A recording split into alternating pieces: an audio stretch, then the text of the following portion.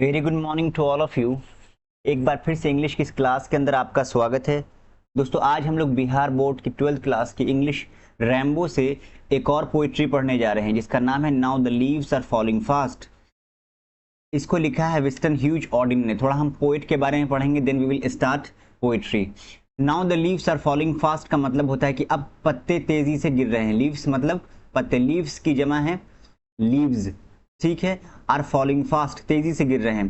क्या कहना चाह रहे हैं इस पोइट्री के अंदर, अभी थोड़ी देर में डिस्कशन करने वाले हैं। थोड़ा इनके बारे में पढ़ लेते हैं। Now the leaves are falling fast is written by Wystan Hugh Auden. This is the poetry. वो कब पैदा हुए थे? He was born in 21 February 1907 and कहाँ पैदा हुए थे? न्यूयॉर्क के अंदर, यानी कि यूनाइटेड किंगडम के अंदर। एंड डाइड इन 1973 29 सितंबर। कहाँ मरे? वीना के अंदर, जो कि ऑस्ट्रेलिया एक कंट्री है। ऑस्ट्रेलिया नहीं, ऑस्ट्रिया, याद रखिएगा, जिसकी कैपिटल क्या है? वीना है। His important works are the age of anxiety. उनकी जो महत्व और अहम काम है, महत्वपूर्ण और अहम काम है, वो क्या है? The age of anxiety and the orator. कहते हैं कि Wystan Hugh Auden won the Pulitzer Prize in 1948 for his collection The Age of Anxiety। उनको द एज ऑफ एंग्जाइटी के लिए 1948 के अंदर क्या मिला था? अवार्ड मिला था। ओके। उन्होंने अपने मास्टर की डिग्री कहाँ से यह हासिल की? From the Oxford University. आगे चलते हैं। Now the leaves are falling fast. अब पत्ते तेजी से गिर रहे हैं। मैंने थोड़ा पिक्चराइजेशन करने की कोशिश की है, आप जरा मेकआउट करेंगे। यहां जो शायर कहना चाह रहा है कि now the leaves are falling fast, इसका मतलब क्या हुआ कि अब पत्ते तेजी से गिर रहे हैं। दरअसल यहाँ पे शायर इंसान के बारे में बात करना चाह रहा है कि जो जिस तरीके से वो इंसान को दरख्त से मुशाबहत देने की कोशिश कर रहा है, तशबीह देने की कोशिश कर रहा है, रिजेंबल करने की कोशिश कर रहा है कि अब इंसान क्या हो रहे हैं? धीरे धीरे खत्म हो रहे हैं, धीरे धीरे खत्म हो रहे हैं। और हम लोग क्या रहे हैं? मरने की तरफ जा रहे हैं। लोग मर रहे हैं बीमारी की वजह से और अलग अलग वजूहात की वजह से लोग मर रहे हैं। तो दरअसल वो लीव्स जो है वो इंसान है पोइट की कहानी के अंदर, ठीक है। देखिए, now the leaves are falling fast, nurses flower will not last. Nurses flower, देखिए नर्सेस फ्लावर क्या होता है? देखिए ये जो पेड़ आप देख रहे हैं, इसके आसपास जो छोटे छोटे पौधे होते हैं जो इनको मजबूती प्रदान करते हैं, ठीक है, इसे हम क्या कहते हैं? Nurses flower. कभी आपने देखा है कि बहुत बड़ा बागीचा होता है, उसके आसपास छोटे छोटे छोटे छोटे छोटे क्या होते हैं? नर्सेस फ्लावर होते हैं। तो कह रहे हैं कि nurses flower will not last.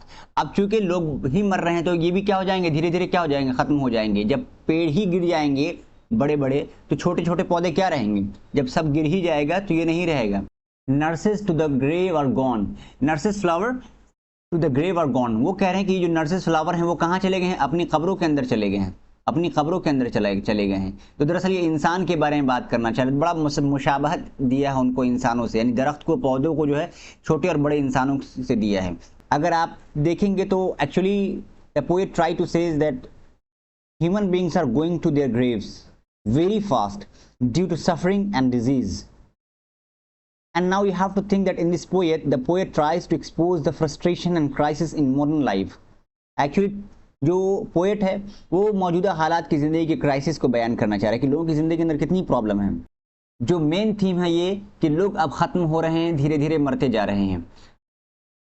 And the प्रम्स go rolling on. देखिए, प्रम्स कहते हैं बच्चे की ये जो गाड़ी होती है, इस तरह की जो गाड़ी होती है उसको प्रम्स कहते हैं, ठीक है। ये कहते हैं जो, और इससे मुराद ज़िंदगी की गाड़ी है। और शायर कहना चाह रहा है द प्रम्स गो रोलिंग ऑन, जो जिंदगी की जो गाड़ी है वो लुढ़कती जा रही है, वो खत्म होती जा रही है, वो कब्र की तरफ जा रही है, ऐसे नीचे आ रही है। अगर आप गौर करेंगे तो प्रम्स कहते हैं गाड़ी को, जो बच्चे की खेलने की गाड़ी होती है। लेकिन यहाँ पर बच्चे के खेलने की गाड़ी मुराद नहीं है, बल्कि क्या है? जिंदगी की गाड़ी मुराद है कि जिंदगी की जो सफर है वो बिल्कुल खत्म होते जा रहा है, वो बिल्कुल खात्मे पे है। उम्मीद कर रहा हूँ कि ये वाला स्टैंजा आपको समझ में आ गया होगा। Whispering neighbours left and right. देखिए, विस्परिंग नेबर कहते हैं मौत के फरिश्ते को, मौत के फरिश्ते को कहते हैं विस्परिंग नेबर, ठीक है। लेफ्ट एंड राइट कह रहे हैं मौत का फरिश्ता क्या है? बिल्कुल इंसान के दाएं बाएं खड़ा हुआ है, एकदम दाएं बाएं खड़ा है। एंड वो क्या करता है? Plucks from us the real delight. जो हम लोगों से क्या करते हैं? असल खुशी को छीन लेते हैं, असल खुशी को छीन लेते हैं, द रियल डिलाइट को छीन लेते हैं। He takes away the real happiness because he attacks at any time, किसी वक्त भी वो आ जाते, he has no time to come, क्योंकि मौत का कोई कैलेंडर नहीं होता, कोई वक्त नहीं होता। That's why he is ordered and just he reaches to us and takes our soul away and also plugs us from us the real happiness, the real delight. जब मौत आती तो इंसान खेलता रहता है, पार्टियों में रहता है, मनाता रहता है, जश्न मनाता रहता है, लेकिन अचानक क्या होता है, मौत आ जाती है, फिर उसे जाना पड़ता है। वो नहीं कहता कि पहले मुझे पार्टी ख़त्म करने दो, पहले मुझे शादी कंप्लीट करने दो, पहले घूमने दो, ऐसा कुछ नहीं है। किसी भी मोमेंट के अंदर हो, आप सैड मोमेंट के अंदर हो या हैप्पी मोमेंट के अंदर हो, आपसे वो क्या करेंगे, रियल हैप्पीनेस को छीन लेंगे। और क्या करेंगे, the active hand must freeze.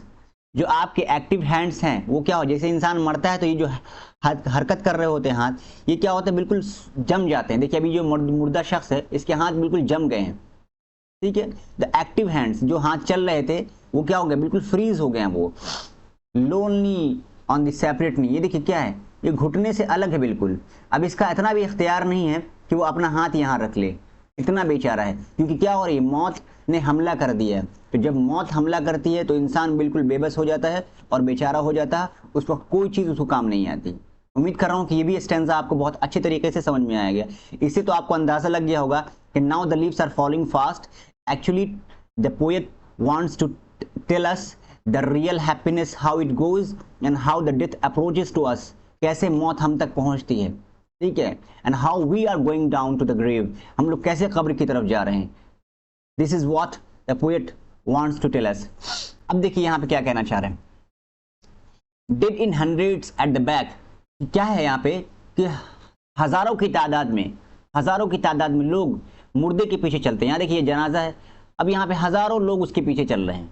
dead in hundreds at the back, जो जनाजा है उसके पीछे हजारों लोग चलते हैं। follow wooden in our track, ये जो ताबूत है उसे क्या है, उसको पीछा करते रहते हैं, जैसे इस ताबूत का पीछा कर रहे हैं लोग, फॉलो कर रहे हैं उसको, कहाँ के लिए, कब्र के लिए। आर्म्स रेज्ड स्टिफली टू रिप्रूव, ये जो कंधे उठे हुए हैं बिल्कुल एकदम, देखिए स्टिफली का मतलब होता है बिल्कुल बेरगबती से, बेएहतियाती से, बगैर किसी मोहब्बत के, बिल्कुल मजबूरी में, तकल्लुफन उठे हुए हैं। उनका दिल नहीं कर रहा उनको उठाने के लिए। मतलब इंसान अपने शख्स से, अपने साथ रहने वालों से भी सच्ची मोहब्बत नहीं कर रहा है। ये दुनिया ऐसी खतरनाक पनाहगाह बन चुकी है, शायर कहता है कि दुनिया ऐसी खतरनाक जगह बन चुकी है कि यहाँ जब लोग एक दूसरे को कंधा देते हैं तो हाथ उठाने वाला भी बिल्कुल बस रस्मन हाथ उठाता है, दिल से नहीं उठाता। उसको उठाते वक्त उसे कोई तकलीफ नहीं होती है, बस ऐसी एक जिम्मेदारी के तौर पर कि एक इंसान का दूसरे इंसान के ऊपर जिम्मेदारी, उसको कब्र तक पहुंचाना है। क्या चीज़ के लिए, to reprove in false attitude of love, ये चाहता है कि मोहब्बत की, झूठी मोहब्बत को झलकाने के लिए, झूठी मोहब्बत को झलकाने के लिए। तो वो असल में झूठी मोहब्बत का एटीट्यूड होता है, उसको दिखाने के लिए कि देखो मैं भी इससे मोहब्बत करता हूँ, मैं भी इसके जो है इसका जनाजा उठाकर मैं उसको कब्र तक पहुँचाऊँगा, इसको कब्र में उतारूँगा, इसके लिए दुआएं करूँगा। बट उनके दिल उनके साथ नहीं है, क्योंकि वो बता रहे हैं कि जो हाथ हैं वो बिल्कुल जो है ऐसे ही लापरवाही से उठे हुए हैं, उनका दिल नहीं कर रहा ताबूत को उठाने का। तो शायर यहाँ पे दरअसल इंसान की इस पूरे स्टैंजा के अंदर शायर दरअसल एक इंसान से दूसरे इंसान की मोहब्बत और वफादारी और एहसास हमीयत को बताना चाह रहा है कि एक इंसान का दूसरे इंसान से जो मोहब्बत है वो इस तरीके से है कि अगर किसी को कोई उठाता भी है जनाजे के लिए तो दिल से नहीं उठाता है।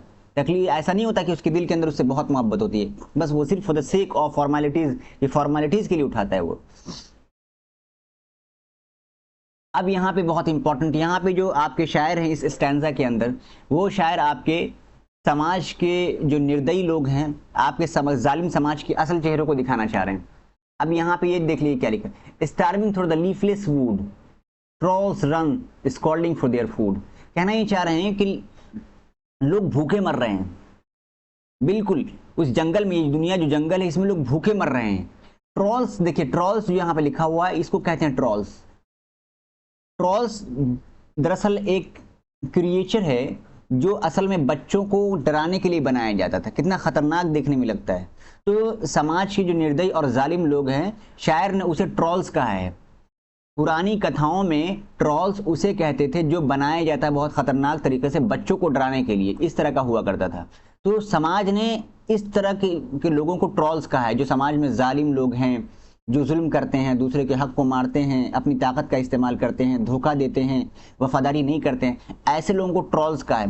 कहते हैं trolls run scolding for their food. ये क्या कर रहे हैं, जो अमीर लोग हैं, जो ताकतवर लोग हैं, वो गरीबों का हक मार रहे हैं, खाने के लिए खुद ही दौड़े जा रहे हैं, दूसरे को नहीं मौका दे रहे हैं, खुद ही चाहते हैं कि सारा पैसा हम कमा ले, खुद ही अमीर बन जाए, खुद ही सियासतदान बन जाए, खुद ही कायद बन जाए, खुद ही हाकिम बन जाए, हर चीज़ यही बनना चाहते हैं क्योंकि इनके पास थोड़ी ताकत है, माल की, दौलत की, जिस्म की। एंड यहाँ पे लिखा है and the Nightingale is dumb, और जो बुलबुल है वो बिल्कुल क्या है, खामोश है। देखिए यहाँ पे बुलबुल का मतलब ये असल बुलबुल नहीं, बल्कि जो समाज के शरीफ किस्म के लोग हैं वो बिल्कुल खामोश है, उन्होंने अपने मुंह पे पट्टी बांध लिया है, कुछ बोलना ही नहीं चाह रहे, एकदम अपने मुंह को सिल लिया है, गोया के दे आर डम। तो अगर आपसे एग्जाम में पूछा जाए ट्रॉल का मतलब क्या है और नाइटिंगेल का मतलब क्या है आपकी पोइट्री के अंदर, तो उम्मीद करता हूं कि आप समझ जाएंगे। नाइटिंगेल मतलब बुलबुल होता है, लेकिन यहाँ पर शायर ने बुलबुल से मुराद समाज के शरीफ लोगों को, कि वो लोग देख रहे हैं लेकिन वो उनके अंदर इतनी हिम्मत ही नहीं कि वो कुछ कर सकें, जालिम लोगों का, बिल्कुल खामोश है, हैरान है और देखे जा रहे हैं इस हादसे को। And angel will not come, अब कह रहे हैं कि ये लोग जो जुल्म कर रहे हैं इस एतबार से गोया कि अब कोई फरिश्ता ही नहीं आएगा, अब तो कोई फरिश्ता ही नहीं आने वाला। जैसे इंसान कोई जुल्म करता है किसी के ऊपर और पैसा कमाने के लिए ऐसा दौड़ भाग किए हुआ है, उसे ऐसा लगता है कि अब मौत आएगी नहीं, पैसा ही पैसा आने वाला है, हर चीज पैसा है, everything is money. Here somebody says that some people are so hungry and so hungry and yet so hungry that they all want is money। कुछ लोग इतने भूखे होते हैं, इतने भूखे होते हैं, इतने भूखे होते हैं, उनको सिर्फ पैसा ही चाहिए होता है, पैसा पैसा पैसा, पावर पावर पावर, सियासत सियासत सियासत, कुर्सी कुर्सी कुर्सी, एवरीथिंग। और उन्हें ऐसा लगता है कि अब उनको मौत ही नहीं आएगी, they are not preparing for the maut and hereafter. उन्हें कुछ मतलब ही नहीं है दुनिया में क्या हो रहा है और हमारे साथ आखिरत में क्या होने वाला है after death, they have got nothing to do with this, उन्हें इन चीज़ों से कोई मतलब नहीं। बट ये है कि वो इन चक्करों में जो गरीब लोगों पर हैं उन पर जुल्म करते हैं, उनका हक छीन लेते हैं और उनकी कमाई हुई रोजी रोटी को भी क्या करते हैं, छीन लेते हैं और उनके कमाए हुए हिस्से का ही बहुत कम हिस्सा उनको देते हैं। तो इस किस्म के लोगों को शायर ने क्या कहा, ट्रॉल्स कहा है। उम्मीद कर रहा हूं कि ये भी स्टैंजा आपको बहुत अच्छी तरीके से क्या हो, समझ में आ गया होगा। Last but not the least, देखिए आखिर में स्टैंजा में, आखिरी स्टैंजा में शायर क्या कहना चाह रहे हैं, cold impossible ahead lifts the mountains lovely ahead. कह रहे अगर तुम्हें कुछ बनना है, अरे तो बनना है तो जालिम मत बनो, ट्रोल्स मत बनो, बनो तो पहाड़ की तरह बनो, ऊंचा विशाल, impossible.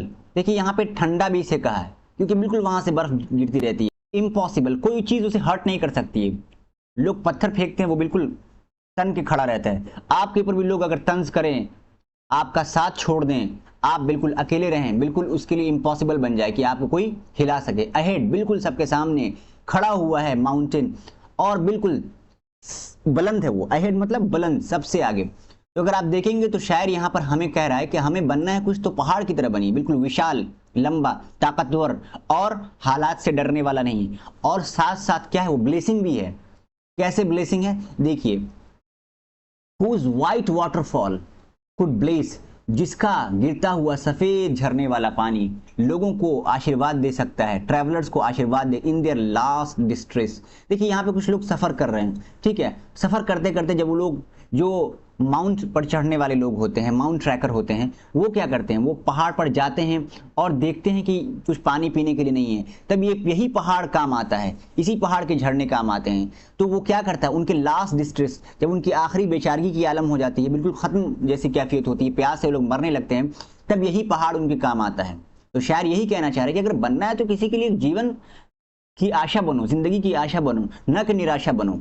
B for somebody rays of hope, कि किसी के लिए उम्मीद की किरण बनो, न कि उनके लिए निराशा की वजह बनो, उनके सैडनेस की वजह बनो, उन पर अपनी बातों से जुल्म करो, उन पर उल्टे सीधे इल्जामात लगाओ, है ना, ये गलत है, दीज आर थिंग्स रॉन्ग। तो वही शायर कहना चाह रहे हैं, अगर कोई चीज़ बनना है तो बिल्कुल खामोश, silent and intact like mountain, पहाड़ की तरह बनो, जिससे आते जाते लोग क्या करते हैं, फायदा हासिल करते हैं। तो उम्मीद कर रहा हूं कि ये वाला भी स्टैंजा आपको अच्छी तरीके से समझ में आ गया और पूरी स्टोरी समझ में आ गई। इस पोएट्री के अंदर जो है इस पोइट्री के अंदर जो है शायर ये बताना चाह रहा है कि इंसान की जिंदगी खत्म होती जा रही है, मौत का फरिश्ता हमारे आसपास खड़ा हुआ है, लेकिन लोगों को क्या है, कमाना है, सिर्फ और सिर्फ कमाना है। They are not thinking about anything, they are not thinking about अगर वो अपने साथियों के साथ भी वफादार नहीं, they are not loyal to their beloved one, वो अपने जिससे मोहब्बत करते हैं उनके साथ भी वो वफादार नहीं है। जब वो मर जाता है तो उसको भी दिल से नहीं उठाते, उनके जनाजे को भी दिल से नहीं उठाते। ये दुनिया इतनी जालिम जगह बन चुकी है, जुल्म करने वाली बन चुकी है कि कोई किसी का नहीं है यहाँ पे। और समाज के ट्रॉल्स लोग जो होते हैं, निर्दयी लोग जो हैं, जालिम लोग जो हैं, वो गरीबों और कमजोरों का हक मारे जा रहे हैं। शायर आखिर में कहता है कि अगर तुम्हें कुछ बनना है तो पहाड़ की तरह बनो, जो दूसरों के लिए उम्मीद की किरण होती है। तो उम्मीद करता हूं दोस्तों कि आपको ये वीडियो बहुत अच्छी तरीके से समझ में आ गई होगा। आपसे आखिर में गुजारिश है, अगर आपने हमारा ये चैनल सब्सक्राइब नहीं किया है तो बहुत ही ज़्यादा गुजारिश है कि आप हमारा ये चैनल सब्सक्राइब करें। हमारे लिए भी एक ब्लेसिंग होती है और वो होता है हमारे लिए सोर्स ऑफ मोटिवेशन कि चलो हम कुछ कर रहे हैं तो सामने वाले को अच्छा लग रहा है, हमारी जो कोशिशें हैं वो सामने वाले को अच्छी लग रही। तो उम्मीद कर रहा हूँ कि ये वीडियो अच्छे से आपको समझ में आ गई, क्लास आपको अच्छे से समझ में आ गई। ये 12th वालों के लिए था जिनका एग्जाम अभी बिल्कुल करीब है, तो अच्छे से देखिएगा। मैंने बिल्कुल तशरीह कर दिया, इसको अच्छे से समझा दिया है आपका। Now the leaves are following fast. Thank you for watching this video, have a good time.